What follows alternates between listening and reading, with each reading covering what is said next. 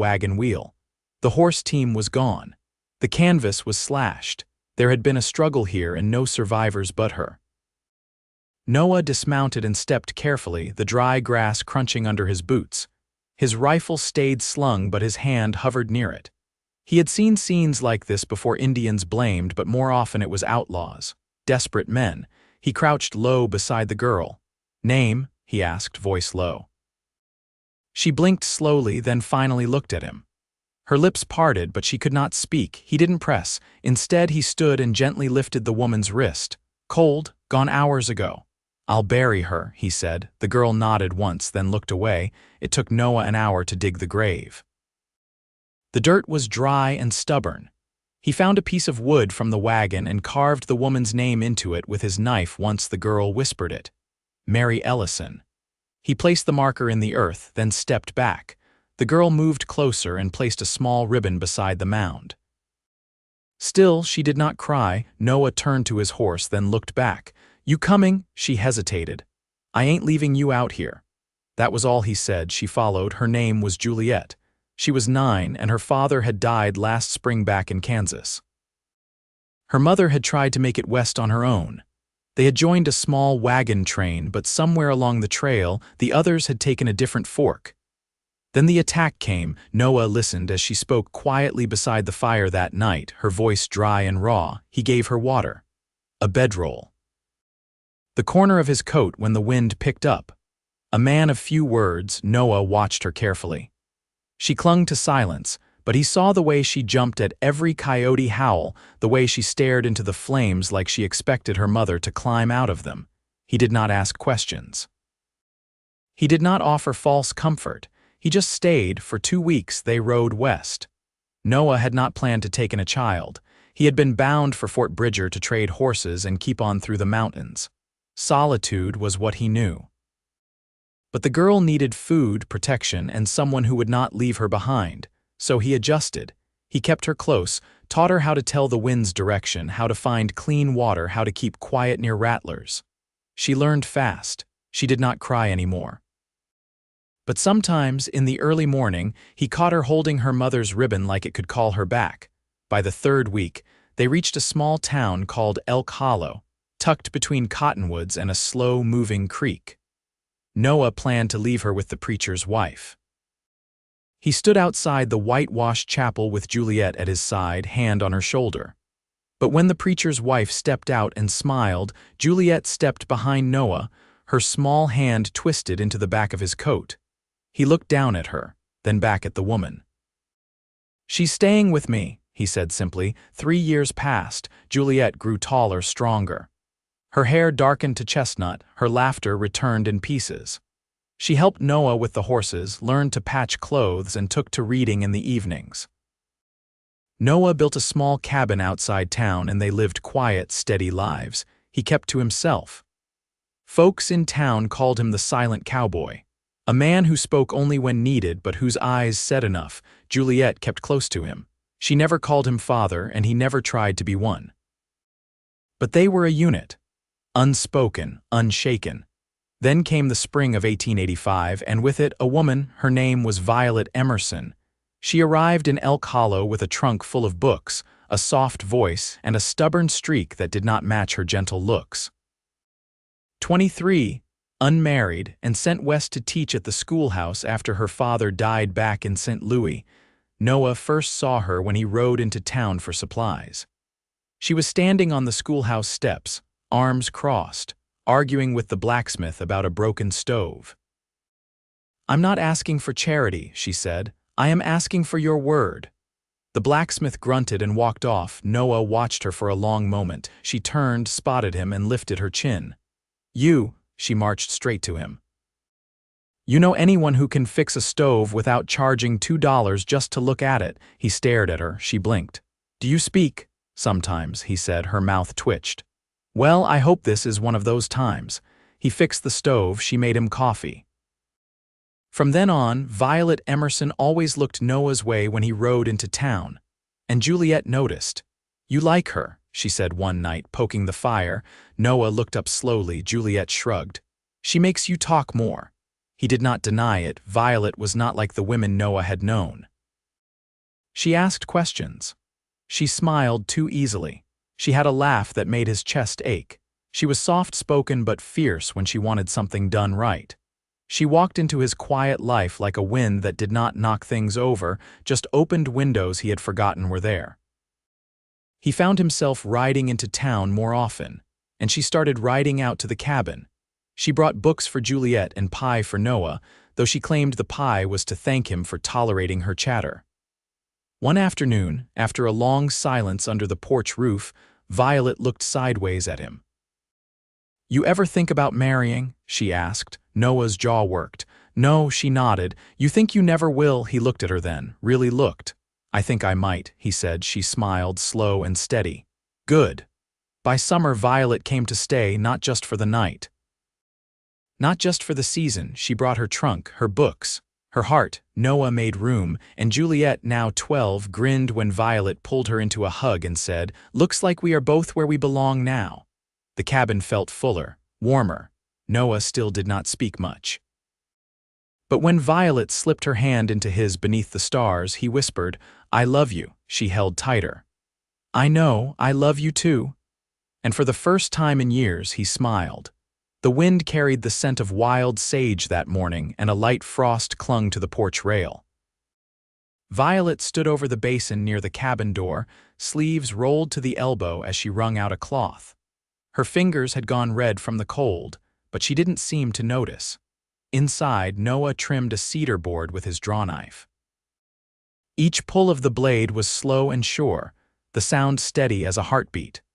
Juliet sat cross-legged on the floor nearby, turning pages in a worn geography reader Violet had brought from the schoolhouse before term ended. "You ever seen the Mississippi?" she asked, not looking up.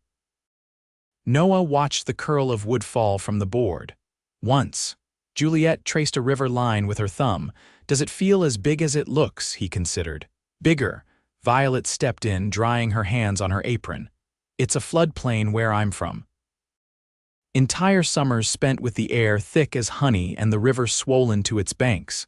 Juliet turned the book toward her. "You live near the delta, far north of it. But the river's wide all the same," Violet said, then crouched beside her. "The first time I saw it, I was 5. Thought it was the whole world." Noah set down the drawknife, wiping his palms on his trousers. "We'll take her someday," he said, voice low. "Let her decide for herself." Violet's eyes lifted. "You'd go east, not forever." Something in her face softened, but she didn't answer. Instead, she stood and began folding the dried linens from a basket near the stove. That evening, Juliet stayed behind with the neighbor's wife, helping churn butter in exchange for a new slate. Noah and Violet walked the narrow path toward the creek, their shadows long across the grass. The sun had dipped low, catching the tops of the cottonwoods in orange flame. "I never thought I'd live outside a town," Violet said, stepping over a root. "Trouble with it?" Noah asked, brushing a branch aside for her. "No, I just—" She paused.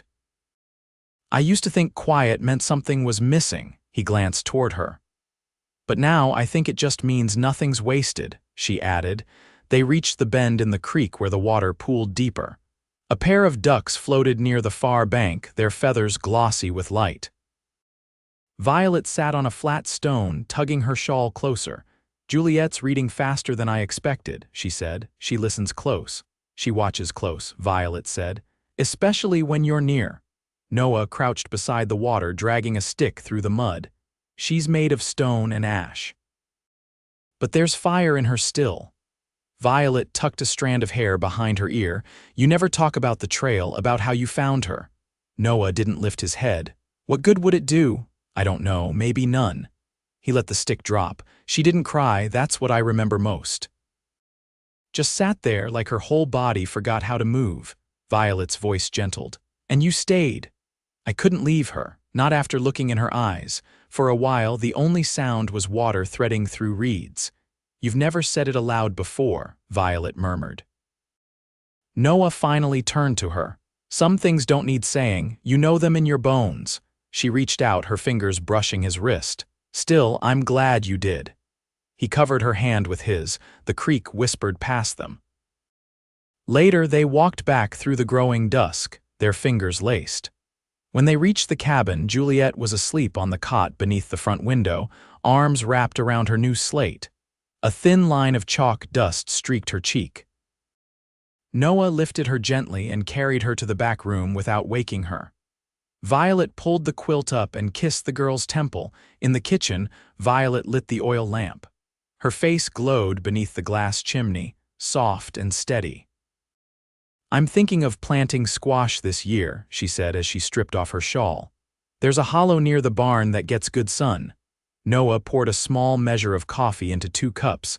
"You'll want fencing. Deer come down early." She accepted the cup. "I'll trade lessons for help. Some of the older boys are strong enough." They sat across from each other, the lamplight pooling between them. "You ever think you'd end up here?" she asked. He shook his head. "Didn't think much past the next trail. Do you miss it?" "No, not since you came." Violet's gaze held his. "I keep waiting for the part where you ride off." "I won't," she nodded. "I know." He reached across the table. His fingers touched hers, calloused and warm. The room was still. Outside, the wind shifted, carrying the smell of damp earth. Somewhere in the distance, a night bird called once and fell silent. Inside, no one spoke. There was no need. Morning would come. The girl would rise and read. The woman would knead bread and plan her planting. And the cowboy who once rode alone and spoke only when pressed would stay. The first snow came early that year, soft flakes drifting through the air like feathers shaken loose from some high place. Violet stepped outside just after dawn, her shawl drawn tight and boots crunching over the crusted grass. She stood with her face tilted up, watching the sky. Her breath made small clouds. The cabin behind her was still warm from the banked fire, the scent of rye porridge lingering in the air. Noah was already at the paddock, checking the latch on the gate. One of the colts had a habit of nosing it open. He straightened when he saw her approach, a quiet stillness settling between them, the kind that didn't ask to be broken. "Ground's hardening," she said. He nodded toward the hills. "We'll need to cut more wood before it sets in. I'll help. You'll freeze." "I've been colder," she said, brushing a snowflake from her brow. "Besides, I could use the work." He didn't argue. They walked together to the far edge of the property, where the timber line thickened into pine and spruce. The hatchet handles were slick with cold, but Violet's grip held. She worked steady, not for show, and Noah didn't slow his pace for her. By midday, they'd stacked a fair pile on the sled, the snow now ankle-deep. He glanced at her hands as they headed back. "You'll blister. I'm not made of lace." "Didn't say you were." She smiled without turning, cheeks red with wind. "I like that you don't try to stop me. You don't need stopping." That evening, Violet stood at the stove, stirring a pot of rabbit stew while Juliet practiced ciphering at the table. The girl scratched numbers with the side of her lip tucked in, her brow furrowed. 8 times 9 is 72, she said aloud, then looked at Violet. "Right, check your work," Violet replied, not looking away from the bubbling pot. "Don't guess." "No." Juliet muttered and rubbed out the answer with the heel of her hand. Noah stepped in from the barn, snow melting from his coat. He paused by the door, eyes sweeping the room. Violet caught his gaze, offered a small nod. He hung his coat, then crossed to the hearth, crouching to check the flames. Juliet set her slate aside. "Martha says her cousin in Rock Springs has seen a train." Violet ladled stew into the bowls. "I've seen one. Loud as thunder, fast as anything, but it doesn't smell near as nice." "Will we ever see one?" Noah straightened. "Maybe come spring." Juliet looked at him. "Would you ride it?" He met her eyes. "If I had a reason." The girl nodded thoughtfully, then picked up a spoon. After supper, Juliet drifted to sleep on the bearskin rug, curled around the dog Violet had taken in from the edge of town. He was half blind and mostly bones when she found him, but he followed her ever since. Violet poured hot water into a basin and wrung out a cloth. "Your shoulder again?" she asked, turning toward Noah where he sat by the stove. He didn't answer, but unbuttoned his shirt and slid it down one arm. A dark bruise had bloomed near the joint. "Did you fall?" He winced as she pressed the cloth to him. "Colt kicked the gate. Stubborn animal." so's the man that raised him. She dipped the cloth again. You ever think of selling the horses? He looked at her, puzzled. You've got enough saved, we could do something else. Like what? Open a store or a smithy or nothing, just live. He was quiet, the fire popped. I don't mind the work, she said. But sometimes I wonder if you keep riding out because you think you have to. I don't know how to sit still. You do, she said gently. You just don't know it yet. He watched her fingers move, slow and certain. You'd stay if I did. I already did. That night, the wind came hard through the trees, rattling the shutters. Noah rose twice to check the latches, then stood in the dark, listening to the weight of the storm. Violet stirred in her sleep, her arm brushing his chest. He laid his hand over hers and stayed like that until dawn pushed weak light through the curtains. In the days that followed, drifts piled high along the fence lines. Travel into town slowed to nothing. Violet read aloud in the evenings, her voice steady while Juliet stitched patches onto the knees of her trousers. Noah worked leather by the window, crafting new reins and mending old boots. One morning, Juliet came in from feeding the chickens, her cheeks flushed and eyes bright.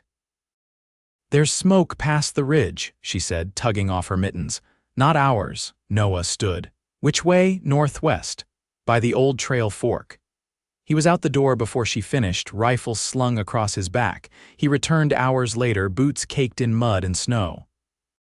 Violet met him halfway to the barn. Travelers? She asked. He nodded. One wagon, stuck fast, family of 6. Are they safe? For now. I brought their boy back with me. Wagon's too heavy to move without help. Violet stepped aside as a boy of about 14 came forward, his face wind-chapped, eyes wary. Juliet offered him a mug of broth without a word. He took it, grateful, and sat by the fire. They'll need shelter, Violet said. They can't stay in the wagon. Storm's turning again. We'll make room. Noah hesitated, then gave a small nod. That night they cleared the loft. Violet laid out bedrolls and Juliet brought extra blankets. The boy Caleb sat near the hearth, watching Violet's hands as she kneaded dough. You bake like my ma, he said. She around? He looked down. She's out there, in the wagon. Violet placed the dough in the pan. She'll be warm soon. He nodded, eyes glinting. Later, as the wind picked up again, Noah stood at the window, arms crossed. You did good, Violet said behind him. They're strangers. They're people. He turned. It's a risk. So was I, she said softly. He looked at her for a long moment, then he stepped forward, wrapped his arms around her waist and buried his face in her shoulder. And for the first time since the day he found a girl in the dust with nothing left but silence, he let himself be held. By late January, the cold carried a sharper bite. Ice hung from the pump spout, and the snowdrifts around the barn reached Violet's waist. Inside the cabin, the air stayed warm enough, the woodpile dwindling slower than expected thanks to careful rationing and Noah's foresight. The family from the wagon Caleb's folks had settled into the loft space quietly, grateful without being burdensome. The mother, Ada, stitched by lantern light and offered to mend anything with a tear. Her husband, Daniel, kept to chores without needing to be asked. The other children, 2 girls with matching braids and a baby still crawling, took to Violet quickly. Juliet didn't mind the company. She had someone close to her age now, and she shared her schoolbooks without being told. Violet noticed she'd started speaking more, even laughing in short bursts. The shape of grief was still there, but softened at the edges. One afternoon, while the wind hurled itself against the walls, Noah and Daniel took the sled out to gather feed Ada had stored in a cache 2 miles east. Violet stayed behind to watch the children and stir the beans that simmered in the pot. The baby fussed in her arms, and Juliet tried her best to juggle the older girl's questions about how snow could be both water and not. Why doesn't it melt on your hand right away? One of them asked, squinting out the window. It depends how warm you are, Juliet said, brushing a curl from her forehead. Your fingers are cold, it'll stay longer. The girl blinked. How do you know that? I pay attention. Violet smiled from the stove but didn't interrupt. That night, after supper and stories, Juliet lingered by the coals while Violet wiped down the table. The soft glow from the lantern caught the girl's face, and something in her expression had changed. "He doesn't talk as much when others are around," Juliet said quietly. Violet paused. "No, he doesn't. Doesn't mean he's not watching." "No," Violet agreed, setting the rag down. "He sees more than most who never stop talking." Juliet picked at a loose thread on her sleeve. "You think he's happy?" Violet leaned on her hands, studying her. "He's content." "Which means more."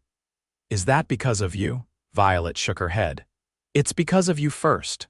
Juliet looked away, but her shoulders lifted just slightly. When the storm eased the next morning, the sky turned pale blue and the snow steamed where the sun hit it.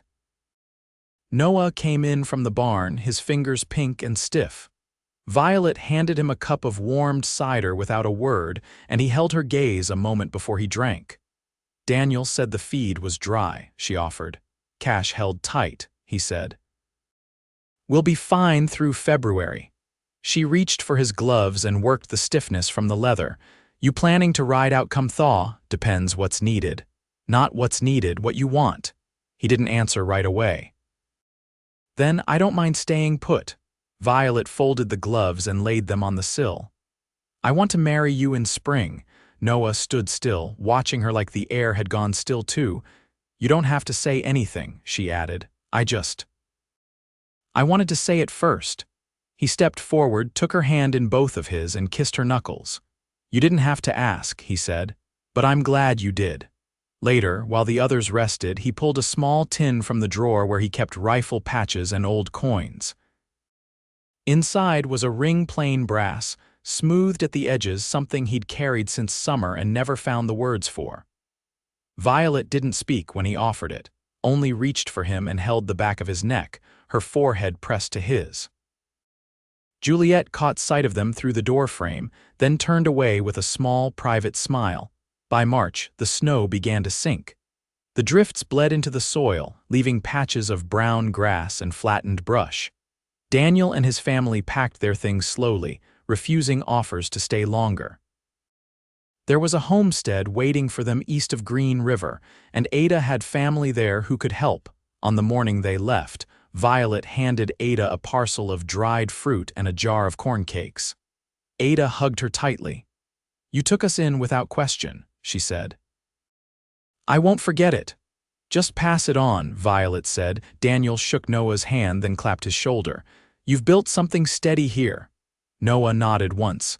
Caleb lingered before climbing into the wagon. Juliet avoided his eye, but when he held out a folded page from her geography book, she took it.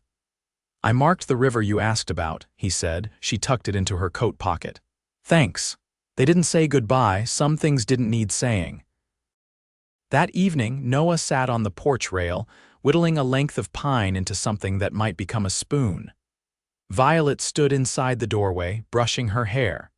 She was wearing the blue dress she'd brought west, the one with the stitching coming loose at the sleeve.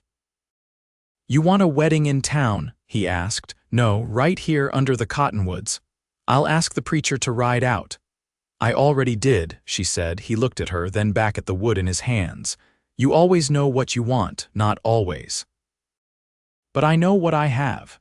He set the knife down and reached for her wrist, drawing her close. "You've got me," he said. "I've had you since the first time you fixed that stove." He kissed her then, slow and certain, like every word he hadn't said lived in that one moment. Juliet watched from the window, the page from Caleb still in her hand. She didn't cry, she didn't speak, but her heart was full. And for the first time since the trail took her mother, she knew she belonged. The thaw came slower than expected.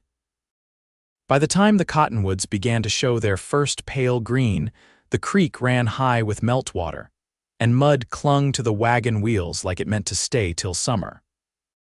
Violet stood at the edge of the clearing, her boots sunk half an inch deep, a bucket of creek water in one hand and her shawl gathered tight in the other. She watched a pair of red-winged blackbirds dart through the trees, their calls sharp and sure, and smiled to herself. Inside, Noah was sealing the last plank into a low bench he'd built for the ceremony. His knuckles were scraped, and a thin line of sawdust clung to the collar of his shirt, but his hands moved with the kind of quiet purpose that belonged to men who had once wandered and no longer needed to. "Juliet's hanging the ribbons now," Violet said as she stepped into the doorway. He glanced up.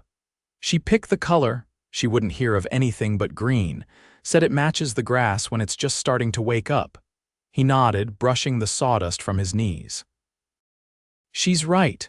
Violet leaned against the doorframe, watching him. "I never thought I'd be married under trees instead of in a chapel. You regret it?" "Not once."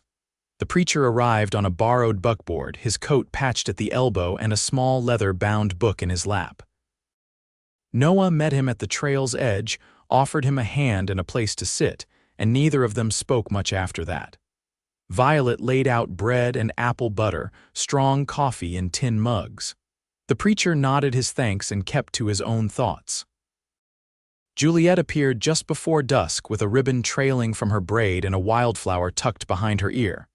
She carried a folded cloth bundle and handed it to Violet without a word. Inside, Violet unwrapped it. A new apron, stitched by hand, the seams neat but uneven. "I wanted to make something useful," Juliet said. "Not just pretty," Violet smoothed the fabric. "It's perfect." The sun dropped low and the trees caught the last light like they'd been waiting for it. The guests were few. The neighbor from up the ridge brought her youngest, and Daniel's family returned for the day, their wagon now pulled by a single sturdy mule and their clothes mended with care. Ada held the baby on her hip and pressed Violet's hands as they passed beneath the branches. Noah stood beneath the tallest cottonwood, his hair damp from a quick wash and his shirt collar pressed flat. He didn't shift or fidget. He only watched Violet as she crossed the grass, her dress simple and the sleeves rolled just enough to show her wrists. Her eyes never left his. The preacher opened his book, thumbed to a page and cleared his throat. "You come together of your own hearts," Violet answered. "Yes." Noah said, "I do." The vows were short. No promises of fine homes or fortunes, just the steady offering of hands of truth of staying. When the preacher closed the book, Noah reached for Violet's hand and kissed her palm. The guests clapped softly, but Violet barely heard them. She was looking at him, and he was looking at her like the world had narrowed to the space between them. Afterward, they ate bread and cheese, passed around a jar of pickled beans, and drank cider until the stars came out. Juliet sat between Violet and Noah, her chin tucked into her knees, watching the fire.